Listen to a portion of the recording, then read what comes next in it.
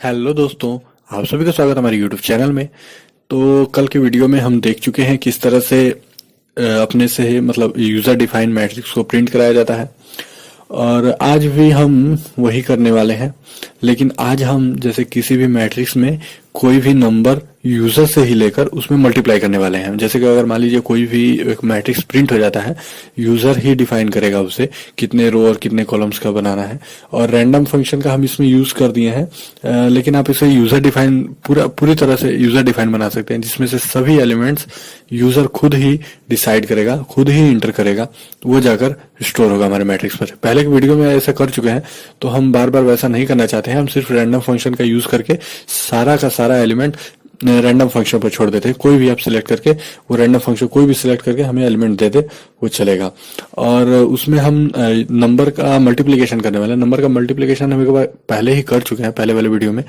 तो उसमें क्या था कि इस प्रोग्राम के अंदर ही आप नंबर चेंज कर सकते थे। लेकिन अब इस वीडियो में हम ये देखने वाले हैं कि रन टाइम में, जैसे रन होने के बाद यूजर चाहे तो अपने नंबर्स को चेंज करके, यानी कि नंबर से गुणा कर सकता है अपने मैट्रिक्स में, जो भी मैट्रिक्स उसका प्रिंट हो। जैसे कि यहाँ पर आप देख सकते हैं, डेमो देख लेते हैं, उसके बाद फिर आगे चलते हैं।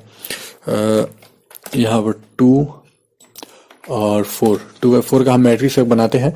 इसमें कह रहा है कि ये तो हमारा मैट्रिक्स सबसे पहले प्रिंट हो गया।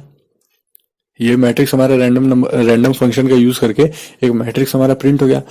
अब ये कह रहा है कि इंटर द नंबर, मतलब आपको नंबर ऐसा इंटर कीजिए जिससे आप इसमें मल्टीप्लाई करना चाहते हैं। तो मान लीजिए हम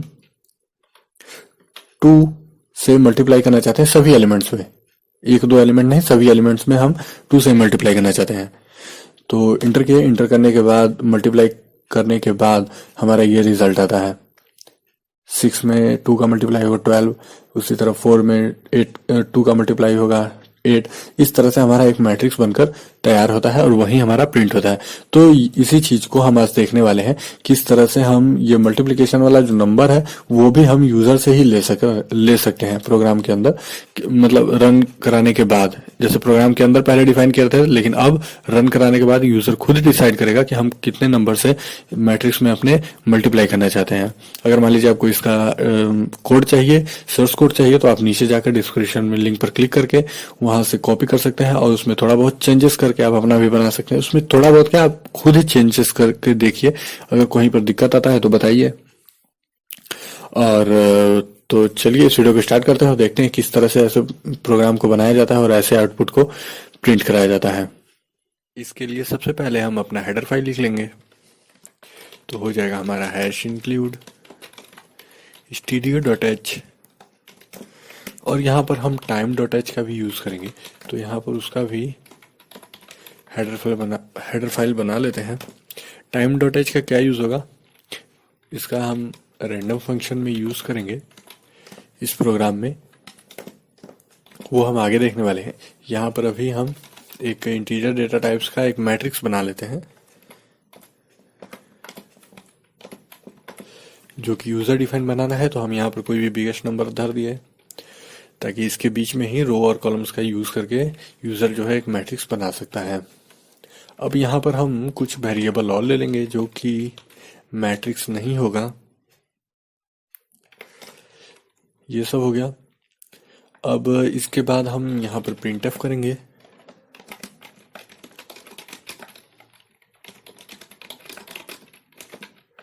enter the number of row,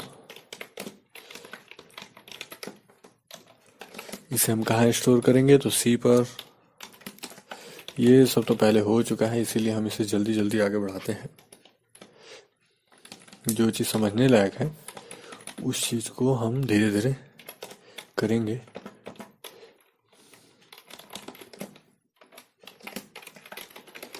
enter the column,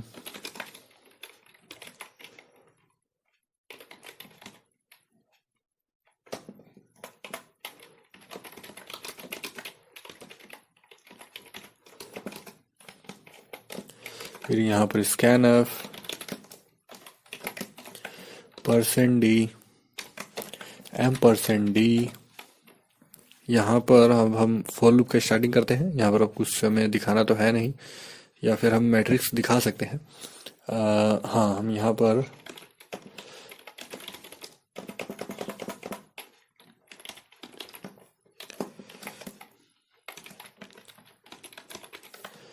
matrix करके एक हम प्रिंट ऑफ कर दिए। फिर यहाँ से फॉर लूप हम स्टार्ट करेंगे। फॉर लूप में हमारा a इजिकल टू 0 हो जाएगा और a लेस देन c हो जाएगा और a प्लस प्लस हो जाएगा। फिर उसी तरह b के साथ b इजिकल टू 0 हो जाएगा, b लेस देन d हो जाएगा और b प्लस प्लस हो जाएगा। यहाँ पर हम प्रिंट एफ कर देंगे %d को और मैट्रिक्स ए बी हमारा प्रिंट हो जाएगा। यहाँ पर हम प्रिंट एफ परसेंट नहीं बैकस्लैश n का यूज करेंगे। तो अब कहेंगे कि अभी हम डाटा को स्टोर कहाँ किए हैं, तो स्टोर करने के लिए यहीं पर एक फंक्शन बनाते हैं हम। फंक्शन में क्या होगा कि हम a जो वेरिएबल बनाए हैं मैट्रिक्स के लिए इजिकल टू रैंड फंक्शन %9,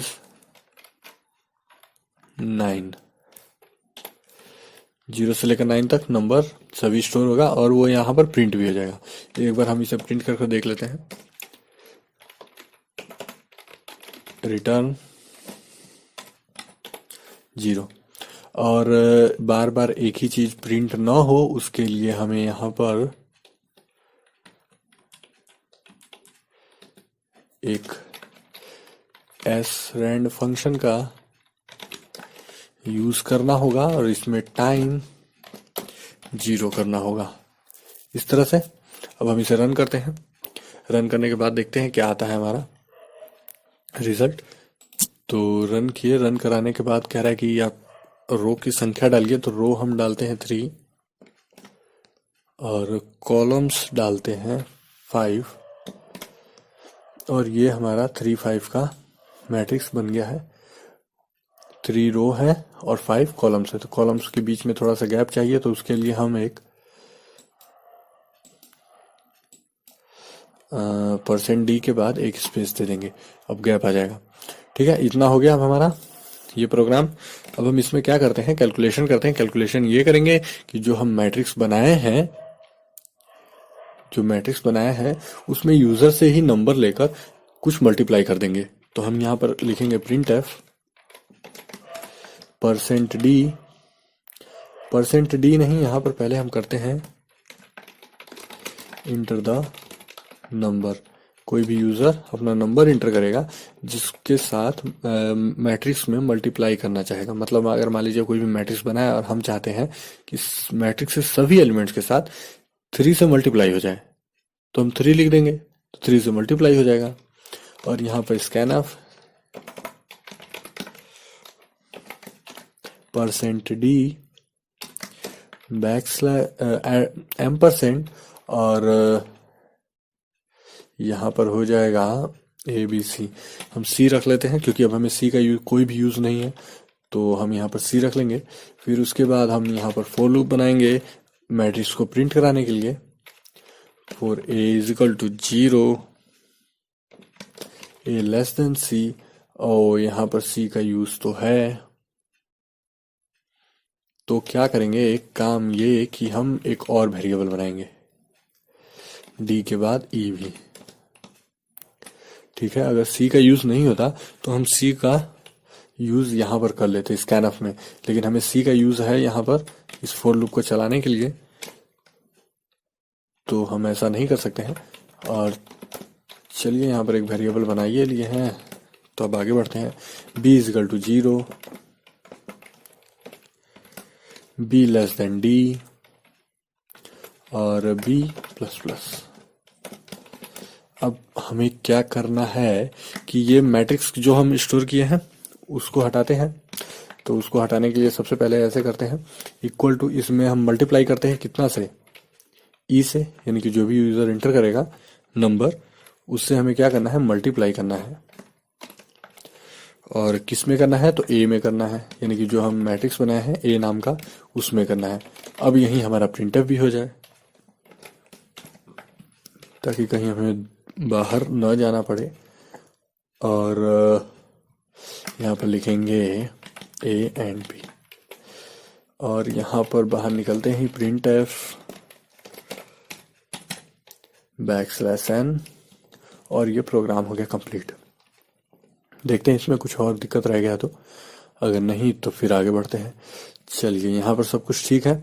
यहाँ पर एक मैसेज अगर हम प्रिंट कराना चाहें तो करा सकते हैं कि प्रिंट एफ ई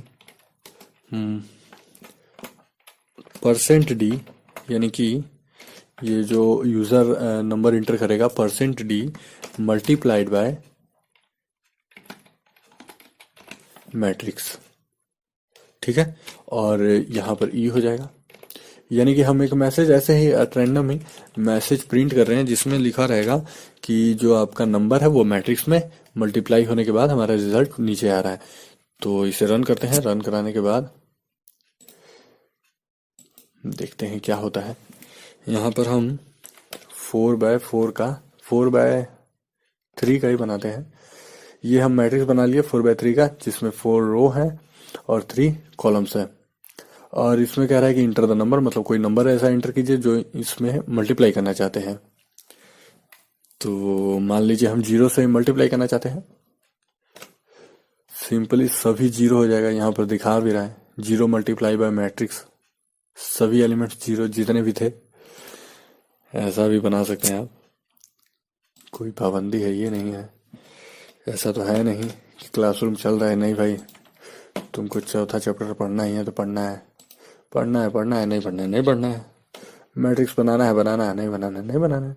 यहाँ पर मान लीजिए हम 2 से मल्टीप्लाई करते हैं। 2 से मल्टीप्लाई करने के बाद हमारा ये मैट्रिक्स बनकर तैयार होता है। ये जितने भी जो पिछला मैट्रिक्स है जो दिखा रहा है यहाँ पर, उसमें 2 का मल्टीप्लाई कर दिए हैं। इसी तरह से आप फ्लोटिंग वैल्यू को भी रख सकते हैं। तो फ्लोटिंग वैल्यू रखने में आपको चलिए रख कर बताते हैं। यहाँ पर तो कुछ भी नहीं होगा, यहाँ पर सब सिर्फ फ्लोट हो जाएगा।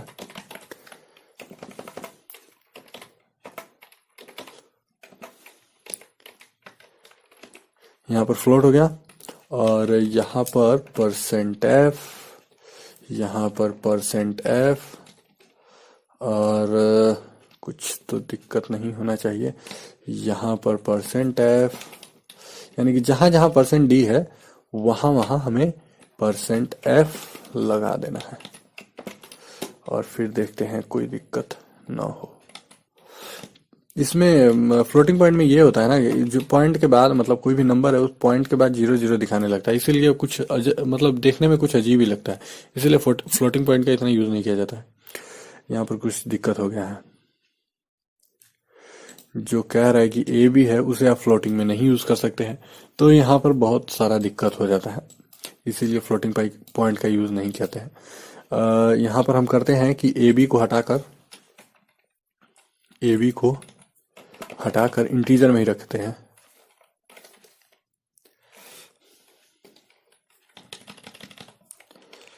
यहाँ पर लिखेंगे इंटीजर। तो ऐसा इसलिए हो रहा है क्योंकि मैट्रिक्स के अंदर ये जो हम ए और बी रखने वाले हैं ये हम फ्लोटिंग पॉइंट नहीं रख सकते हैं, ये कोई इंटीजर ही होना चाहिए, तो इसीलिए ऐसा दिक्कत हो रहा है। अब हम इसे रन कराते हैं।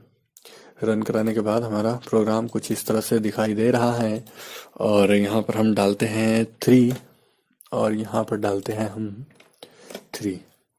तो 3/3 का हमारा ये मैट्रिक्स प्रिंट हो रहा है, देख सकते हैं 0 0 सिर्फ आ रहा है।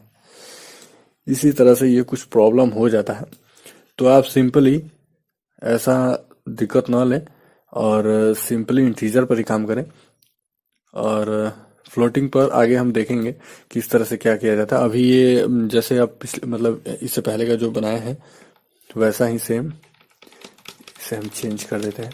अभी आप इसी पर काम कीजिए, ठीक है। और फ्लोटिंग के लिए हम देखते हैं, आज नहीं कल या कल के बाद फ्लोटिंग पर काम किया जाएगा।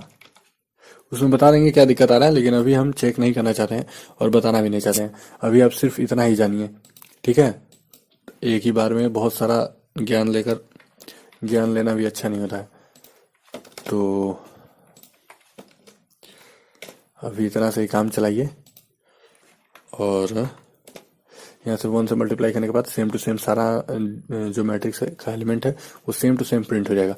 तो मैट्रिक्स फ्लोटिंग पॉइंट वाला हम देखते हैं बाद में आपको प्रोग्राम एक अलग से वीडियो बनाकर आपको बताते हैं फ्लोटिंग पॉइंट का यूज मैट्रिक्स में किस तरह से किया जाएगा, या किस तरह से रैंडम वैल्यू से बचा जाएगा, रैंडम वैल्यू नहीं, गार्बेज वैल्यू से बचा जाएगा। तो उसको हम देखेंगे बाद में। तो बस आज की इस वीडियो में बस इतना ही। हम देखते हैं नया लॉजिक नए वीडियो में।